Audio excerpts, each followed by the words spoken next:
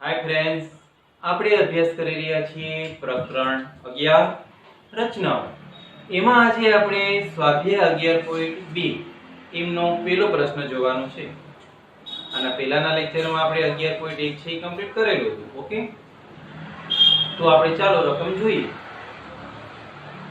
BC બરાબર 7 semi, ખૂણો B બરાબર 75 અંશ, AB વત્તા AC બરાબર 13 સેમી હોય તેવો ત્રિકોણ ABC ની રચના કરો અને રચનાના મુદ્દા લખો।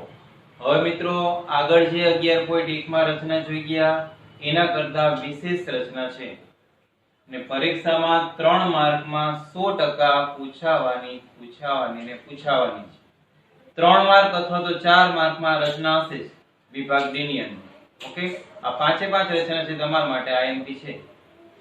તો મિત્રો અહીંયા શું કરવાનું તો કે જે માપ તમને આપ્યા છે ને એ માપનો ત્રિકોણ ABC દોરવાનો। તમને BC છે એ 7 સેમી આપ્યો છે તો તમારે BC છે એ 7 સેમી નો દોરવાનો અને ત્રિકોણની અંદર ખૂણો B છે એ 75 અંશનો થવો જોઈએ તો તમારે ખૂણો B છે એ પ્રમાણે દોરવાનો કે એ ખૂણો છે 75 અંશનો જ બને। હવે BC બરાબર 7 સેમી છે તો બાકીની બે બાજુ એટલે AB અને AC એમના માપ નથી આપ્યા પણ એ બે માપનો સરવાળો તમને આપ્યો છે 13 સેમી એટલે કે આ AB અને AC બે બાજુઓ એવી દોરવાની કે જેથી એ બે બાજુના માપનો સરવાળો છે એ તમને 13 સેમી મળે। ઓકે, તો અહીંયા ધ્યાન આપો, ઈઝી છે પણ થોડુંક ધ્યાન આપવું પડશે। માત્ર ખૂણો ન દોરવાનો, ખૂણા કરતા પણ અહીં કંઈક વિશેષ છે, બરોબર। અને અહીંયા હવે અનુકૂળ માપનું કિરણ નહીં, અહીંયા જે માપનું કીધું છે એ જ માપનું। કયા માપનું કીધું છે તો કે 7 સેમી માપનો રેખાખંડ BC દોરવાનો છે તમારે। તો આપણે સૌથી પહેલા 7 સેમી માપ લઈ લઈએ અને BC રેખાખંડ દોરીએ।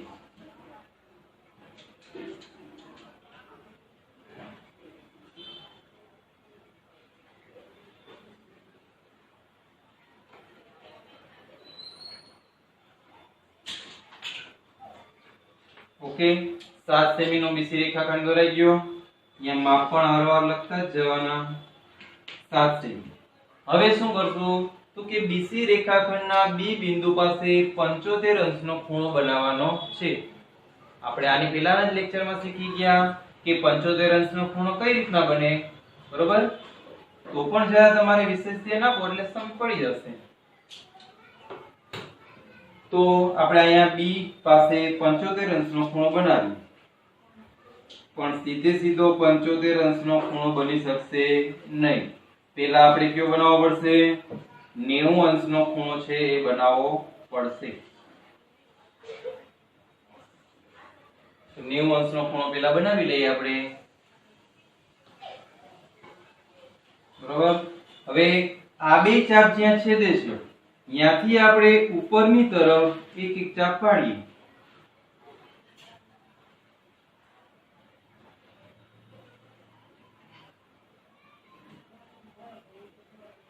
ઉપરની તરફ એક એક ચાપ પાડીએ અને અહીંયા નામ આપી દઈએ આપણે P અને અહીંયાથી આપણે BP કિરણ દોરી લઈએ અને એ BP કિરણ છે એકદમ નાનું। આપણે તો એ કિરણનું કામ શું છે તો કે અર્ધવર્તુળ ચાપમાં એ છેદે ને એટલું જ કામ છે, બરાબર। એટલે બહુ મોટું કિરણ નહીં દોરવાનું। તો આ આપણા 90 અંશનો ખૂણો બની ગયો। હવે આપણે 90 અંશના ખૂણા માટે આ BP કિરણ છેદે છે અહીંયા આપણે Q નામ આપી દઈએ, અહીંયા R નામ આપી દઈએ। હવે Q અને R ઉપરથી આપણે એક એક ચાપ રચીશું। ઓકે, માપ કેટલું રાખશું? QR જેટલું। QR જેટલું માપ રાખી અને Q બિંદુ ઉપરથી અને એક ચાપ છે એ R બિંદુ ઉપરથી પાડશું, બરોબર। હવે બે ચાપ જ્યાં છેદે છે ત્યાંથી આપણે કિરણ દોરી લેશું।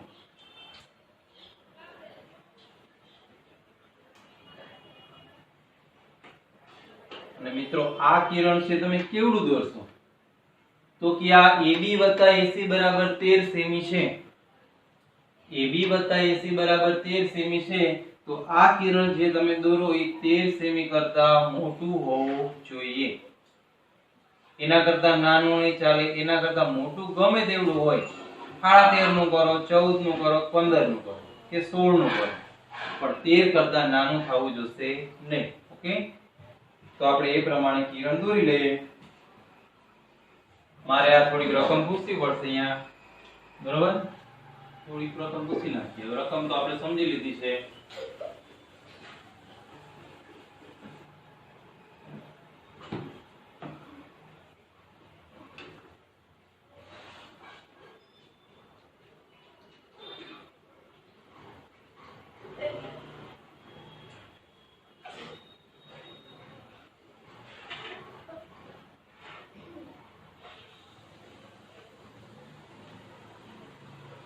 આપણે આ કિરણને કહી દઈશું કિરણ dx.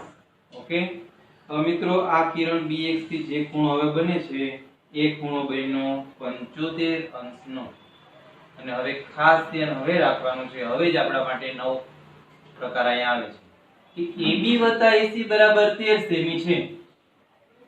તો 13 સેમી નું માપ લઈ તમારે bx કિરણ ઉપર ચાપ પાડવાની. ઓકે, તો આપણે 13 સેમી નું માપ લઈ અને bx કિરણ ઉપર ચાપ પાડશું.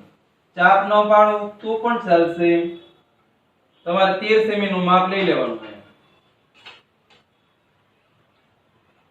13 સેમી નું માપ લઈ અહીંયા લીટો કરી દેવાનો, એટલે આપણે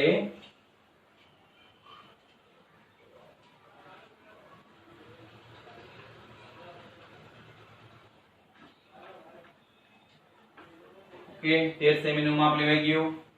13 સેમી નું માપ લેવાઈ જાય એટલે આ પ્રમાણે અહીંયા લીટો કરી દેવાનો. લીટો એટલે કે છેદ બિંદુનું નામ આપી દેવાનું P. P એકવાર અપાઈ ગયું છે તો P નહીં આપણે આપશું અહીંયા M નામ આપી દઈએ. બરોબર? હવે મિત્રો આ M બિંદુ અને C બિંદુ છે એ બેયને જોડવાના. સમજાઈ ગયું? સૌથી પહેલા bx કિરણ ઉપર 13 સેમી નું માપ લઈ એક ચાપ રચવાની. આપણે ચાપ પાડી નથી પણ શબ્દ તો ચાપનો જ રાખશું. ચાપ રચવાની અને અહીંયા છેદ બિંદુ નામ M આપી અને M અને C છે એ બે ભાગને જોડી દેશું.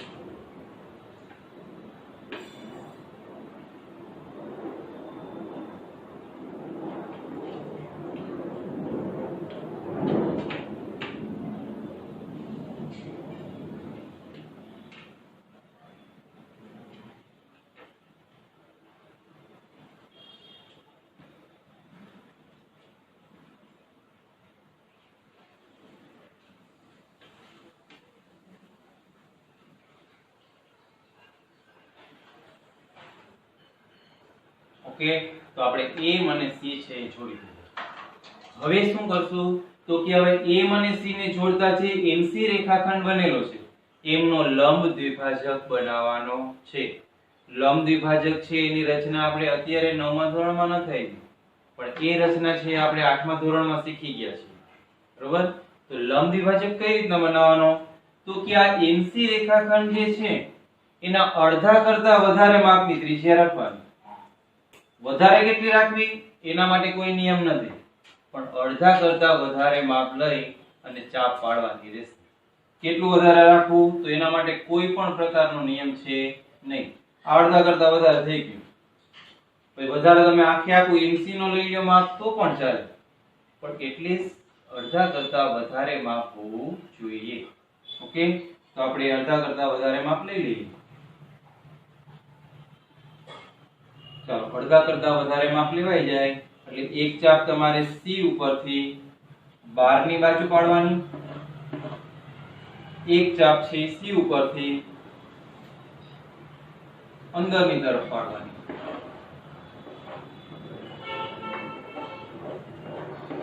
ઓકે, એ જ પ્રમાણે હજી માપ બદલાવાનું નથી. એ જ માપથી એક ચાપ છે એ M ઉપરથી બહારની તરફ, એક ચાપ છે M ઉપરથી અંદરની તરફ. કદાચ તમારે પણ આવું બને, મારે જો આ ચાપ નથી છેદતી તો કઈ વાંધો નહીં, ફરીથી પાછું C ઉપરથી ચાપ પાડી દો. બરાબર છે? આ પ્રમાણે ચાપ છેદશે.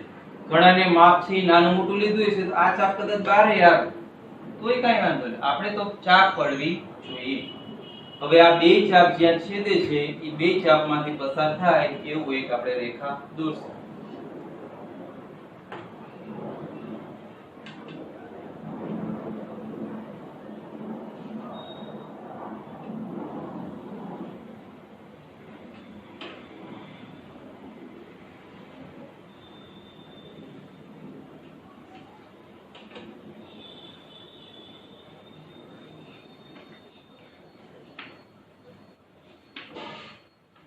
આને કહેવાય લંબ દ્વિભાજક. આ લંબ દ્વિભાજકને નામ આપણે આપી દઈએ A. ઓકે. હવે મિત્રો આ લંબ દ્વિભાજક જ્યાં કિરણ bx ને છેદે છે ત્યાં આપણે નામ આપવાનું A. અને A નામ અપાઈ જાય પછી A અને C બિંદુને જોડી દો એટલે તમારી રચના હવે થાય છે પૂરી.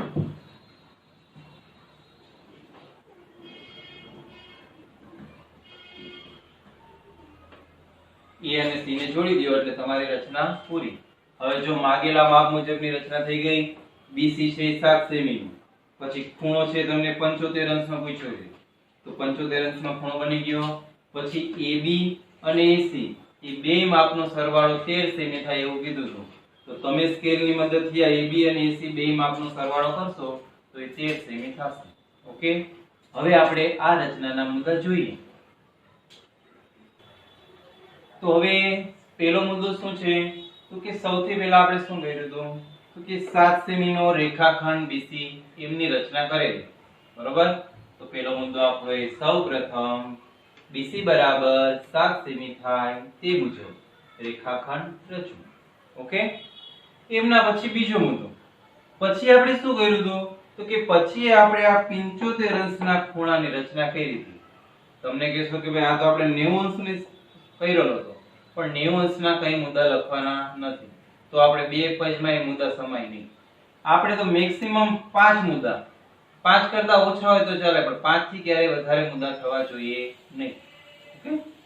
તો આપણો બીજો મુદ્દો છે BC ના રેખાખંડ BC ના B બિંદુ પાસે માપ ખૂણો XBC બરાબર 75 અંશ થાય તે મુજબ કિરણ BX રચો. બરોબર. આપણે 75 અંશનો ખૂણો બને એ પ્રમાણે આપણે આ BX કિરણ રચવાનું છે. બીજો મુદ્દો કમ્પ્લીટ. ત્રીજો મુદ્દો BX કિરણ પર 13 સેમી લંબાઈની ચાપ રચી ત્યાં M નામ આપી ત્યાંથી બિંદુ M અને C ને જોડતો રેખાખંડ MC રચો. હવે પછી આપણે આ BX કિરણ ઉપર 13 સેમી લંબાઈનો રેખાખંડ દોરેલો તો ચાપ પાડેલી હતી અને અહીંયા નામ આપણે આપ્યું M અને પછી M અને C ને જોડતો રેખાખંડ MC રચી અને એના લંબ દ્વિભાજક L ની રચના કરેલી છે. ઓકે. પછી ચોથો મુદ્દો આપણે હમણાં બોલી ગયા જ છે કે રેખાખંડ MC ના લંબ દ્વિભાજક L ની રચના કરો અને આ લંબ દ્વિભાજક જ્યાં BX કિરણને છેદે ત્યાં A નામ આપો. બરોબર. આ લંબ દ્વિભાજકની રચના કરી. એ લંબ દ્વિભાજક જ્યાં BX કિરણને છેદે ત્યાં આપણે A નામ આપવાનું અને A નામ આપી દીધા પછી આપણે અહીંયા સમાતું નથી તો અહીં લખેલું છે આપી ત્યાં A અને C ને જોડતો રેખાખંડ AC રચો. હવે આપણે આ A અને C બેને જોડતો હોય એવો રેખાખંડ AC રચવાનો. તો આપણો જે માપનો ત્રિકોણ માંગેલો છે એ માપનો ત્રિકોણ ABC છે એની રચના કરી. છેલ્લે લખવાનું આમ ત્રિકોણ ABC એ માગેલા માપ મુજબનો ત્રિકોણ બને. ઓકે.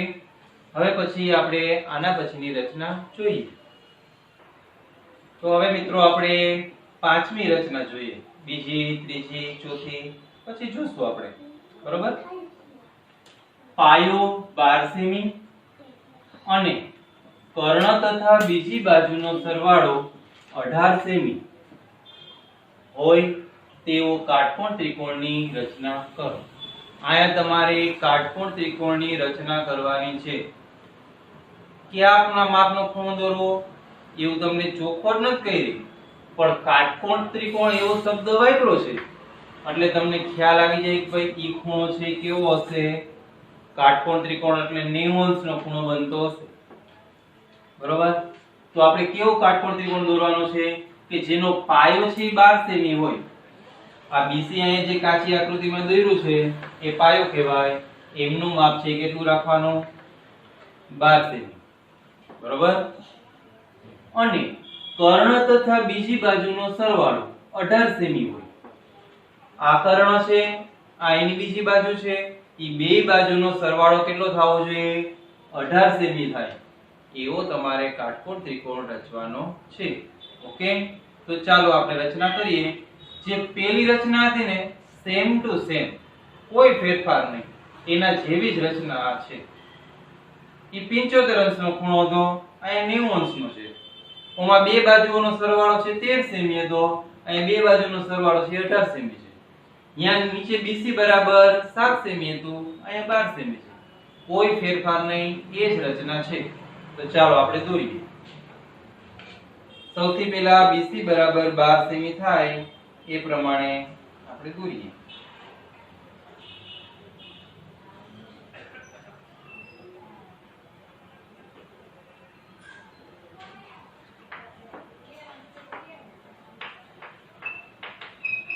ચાલો BC છે 12 સેમી નો દોરાઈ ગયો. હવે આપણે BC ના B બિંદુ પાસે 90 અંશનો ખૂણો બનાવવાનો છે.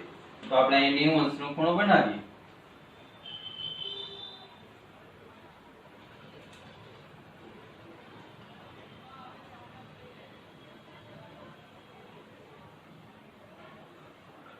નો કેમ બનાવો? હવે તમને ખ્યાલ છે, BC ના B બિંદુ પાસેથી એક અર્ધવર્તુળ ચાપ પાડી, એ અર્ધવર્તુળ ચાપમાં બે વખત ચાપ ઉપર ચાપ પાડવાની અને પછી ઉપરની તરફ એ બે ચાપ ઉપરથી ચાપ પાડવાની છે. ઓકે, હવે મિત્રો આમાંથી પસાર થતું હોય એવું આપણે કિરણ BX છે દોરશું. ઓકે, પણ એ BX કિરણની લંબાઈ કેટલી રાખવાની? તો કે બે બાજુનો સરવાળો છે 18 સેમી છે, 18 સેમી છે. તો આપણે આ BX કિરણની લંબાઈ છે 18 સેમી કરતા વધારે રાખવાની. સમજાણું? તો આપણે એ પ્રમાણે BX કિરણ દોરીએ.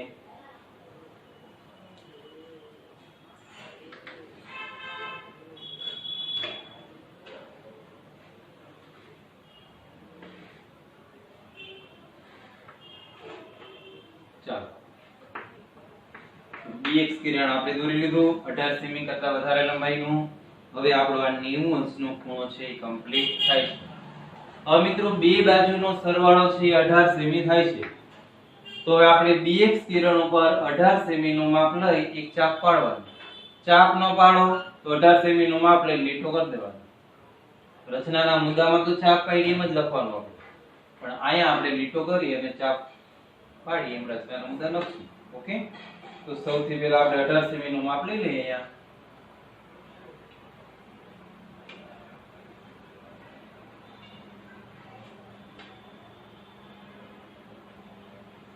આપણે એવી ચાપ પાડવાની કે ચાપ પાડી હોય એવું લાગે. બરોબર? નહીં, હવે ઈ જ્યાં છેદે છે ત્યાં આપણે નામ આપી દેવાનું M. આગલી રચના પ્રમાણે આ પ્રમાણે કરેલું તો આપણે હવે આ M અને C ને જોડી દઈએ.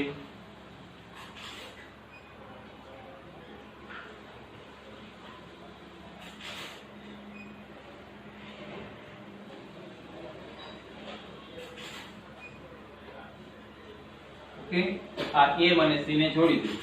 હવે શું કરવાનું તમને પણ થોડું ખ્યાલ છે. હવે આ MC રેખાખંડનો લંબ દ્વિભાજક બનાવવાનો. કઈ રીતના લંબ દ્વિભાજક બનાવશું? તો કે MC રેખાખંડના અડધા કરતા વધારે માપની ત્રિજ્યા લેવાની. અડધા કરતા વધારે માપની ત્રિજ્યા લઈ ચાપ પાડશું. ચાલો, અડધા કરતા વધારે માપ થઈ ગયું. અડધા કરતા વધારે માપ લેવાય. ઓકે, એટલે અડધા કરતા વધારે માપ લેવાય છે. એક ચાપ આપણે બહારની બાજુ પાડવાની અને એક ચાપ છે અંદરની તરફ.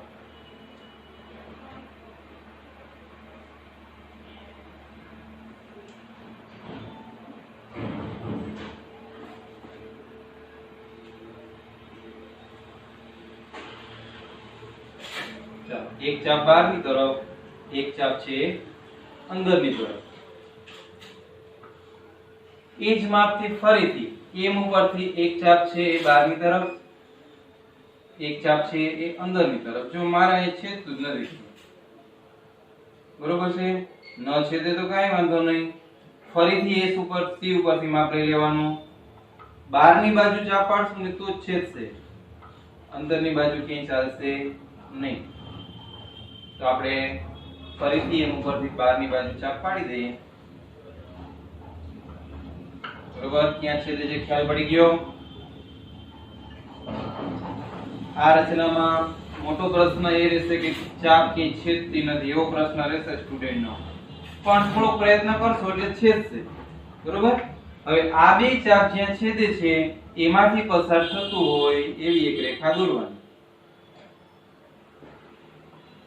ઓકે, એ રેખાને આપણે કહી દઈશું A, બરોબર.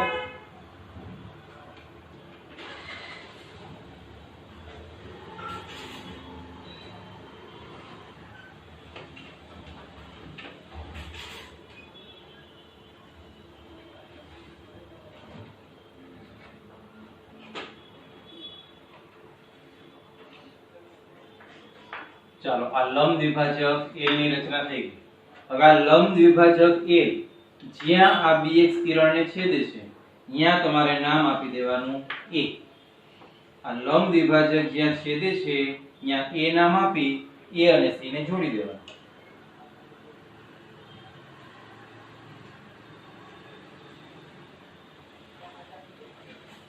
ઓકે, તો આ રચના છે આપણે માંગેલા માપ મુજબની કમ્પ્લીટ થઈ. આના રચનાના મુદ્દા મારે લખાવવાના નહીં, આ રચનાના મુદ્દા તમે લખજો. આગળની જે રચના હતી એમાં જે રચનાના મુદ્દા લખ્યા એમને લગતા જ રચનાના મુદ્દા છે. ઓકે, તો આના પછી આપણે બીજો, ત્રીજો અને ચોથો દાખલો જોઈશું.